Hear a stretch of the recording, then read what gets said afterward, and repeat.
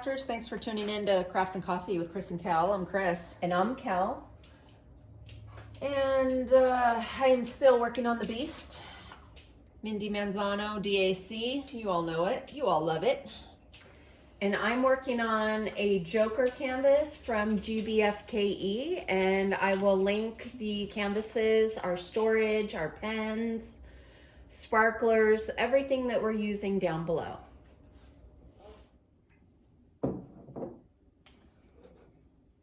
I just want to stay home and diamond paint and garden. I really miss diamond painting. Yeah. I come home and I do it for about 2-3 hours after work just to relax, you know? But it's not the same. I get in a groove and I'm like, oh, that's it. No more. Yeah. Stop. Go to bed. So it really is not the same.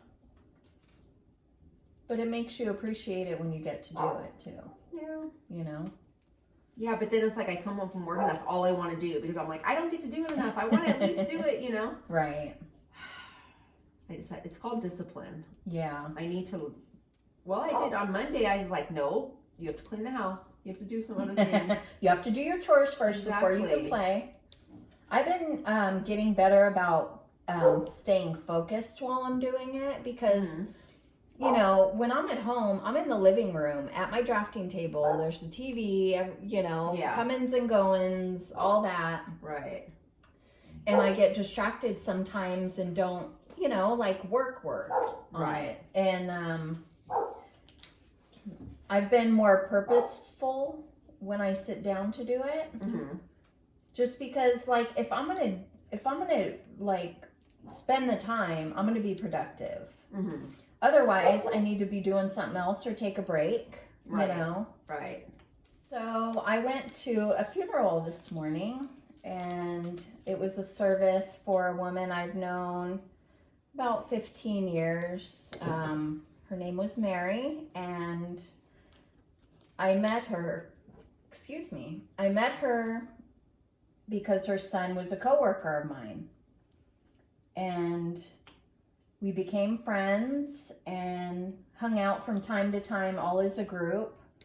And she was just an amazing woman, full of life. You know, she always made me feel welcome at her house. She made me feel like I was a part of the family. And when you met her, you felt like you've known her for a really long time. And she would talk to me about things that no one else would really talk to me about. Like just life and not chitter chat and but like she really wanted to get to know me.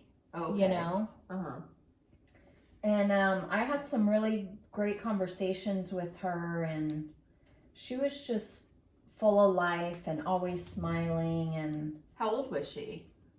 She was born in, I believe, 53. Oh, okay. So she's like 20 years older than you. Yeah. Oh, okay. So she was like an elder, like you learned. Yeah, like from she her. was like, well, she was the mom of a coworker of mine. So he's like my age. He's a little bit younger. So yeah. But, and I've known their family and gone to barbecues and swim. Like, she was always so sweet, saying, bring the kids. And a couple times she even called me out of nowhere, like, come over, you know. And it's just, I don't know. It's like the older we get, the more people we're going to lose, you know? And it really makes you think about your own mortality. It does. It really does. What did she die of? She had like some sort of blockage in her GI tract, I believe. And she had surgery. And as I understand, the surgery came out great, but afterward she had brain swelling. And that's what took her. That's kind of weird. Is it? Well, yeah, if they did surgery on her abdomen and for her brain to swell. Yeah, I don't know why. That, I mean, I heard that secondhand, but it wasn't COVID related, you know? Yeah. So, yeah. That's too bad. I'm sorry. Yeah. It's a part of life, right? Yeah, unfortunately. Right? Unfortunately. It's like everybody knows people that are dying these days too, especially because of COVID. Something the pastor said was, don't let your tears make you bitter. Let them make you better. Ooh, nice. Yeah. So I like that. Yeah. Was there a big turnout? I think so. Yeah. I think so. I'm surprised. I mean, I'm shocked that there was even that big of a service because, you know, from what I've heard is that they're not really allowing a lot of people to get together for a service. It was a very big church, yeah, and it wasn't pews. There were folding chairs, so we were all. Okay. So they could space them out. Yeah. So each row was very spaced out, and yeah, that's good. It was safe, and everyone wore masks, and they had hand sanitizer and everything. Yeah. That's good. But yeah, and yeah, she was just an awesome person. And, you know, everybody I meet, I really try to learn something from them and incorporate the best of them into myself. Oh, that's nice. You know? Yeah. Because then they live on, you know, through you. And, you know, I'll always remember her laugh and, you know, just... you know, how she was in life, you know. Uh-huh. That's nice. Yeah. That's a good way to look at it. Yeah. I really like, I've noticed I really enjoy older people. Mm-hmm. People that are older than me by even 10, 20 years and up. You know, I feel like they have so much to teach us. Yeah. I notice that the people that I enjoy the most at work are the older people. Mm-hmm. I definitely not the younger. I really have very not the little 20-somethings. It's not even the 20-something because we don't really have a lot of 20-somethings. It's the 30 to 40. Really? Yeah, and it's not all of them, mind you. It's just certain people. There's this one guy, he's like 40, and he drives me up a freaking So wall people our age, he's really. so immature. But he reminds me of someone that's like 15 years younger than me. Oh, okay. You know, and I'm just like, how are you 40? You literally, he has not changed from like 12, 13 years ago when I started working there. Oh, wow. Does he live in his mom's basement or something? No, he doesn't. He's just extremely like, he's that type that is just very vocal. And every time like management says anything or we're in a meeting, he always has his hand raised like, oh, well, what about, you know, everybody looks at each other like, here we go again. Right. You know, he just always has something to say. It's not a meeting if he doesn't raise his hand. And it was so funny because this morning it was just he and I in the break room, and I was reading, but he said, you know, there's a big problem with the refrigerators at work because there's a lot of people, not enough space. And so they say, don't put your big lunch bags in there. Just take your stuff out of your lunch bag, put it in the fridge, right? So he comes in and he's like, why does this person have a lunch bag? I bet they're not putting in this at their house, you know, like this in their house. And then he's like, oh, look at this. 2 empty, like, Stater Brothers bags. He's like, what is this? They're just laying in the fridge. They're empty. And I just started laughing, and I was like, you know, and he's just like, oh. And I started laughing. I said, well, you know, I learned a long time ago not to let the little things get to you. Very good.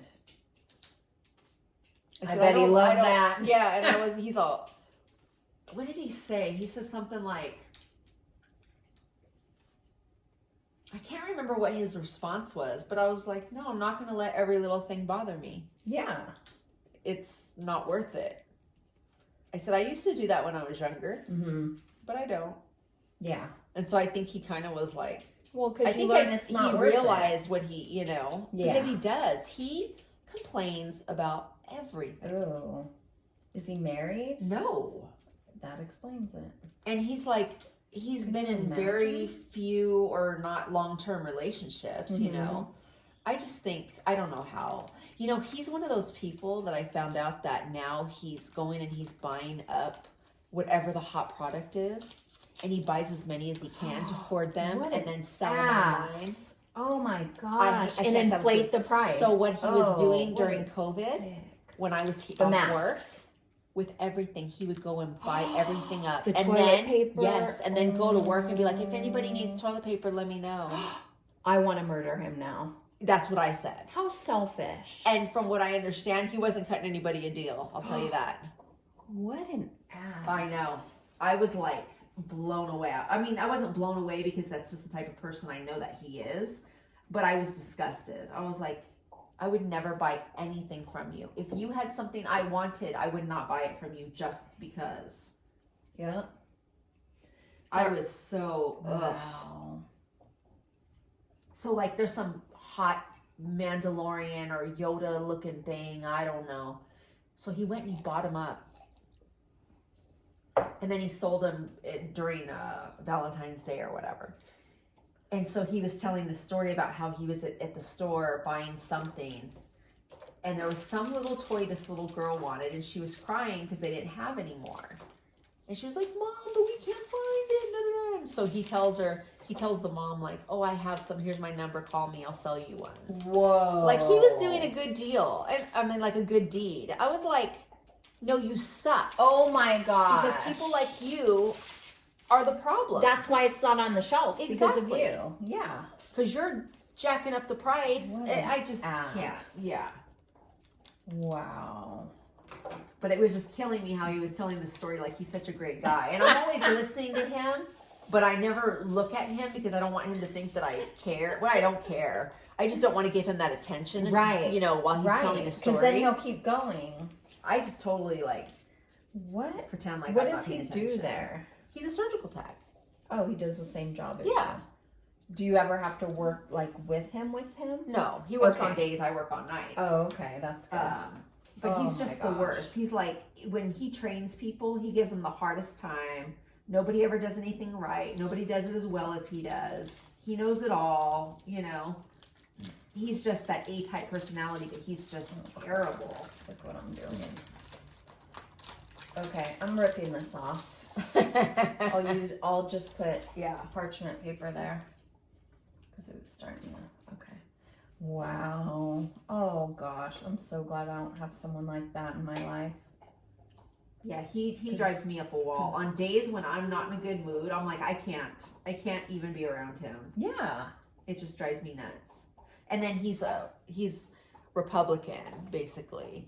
And hearing comments that he makes, just, yeah. like if he walks in and CNN is on, he'll be like, I don't want to listen to this. Blah, blah, blah, blah. Yeah. I'm like, here you go. Turn it. Wow.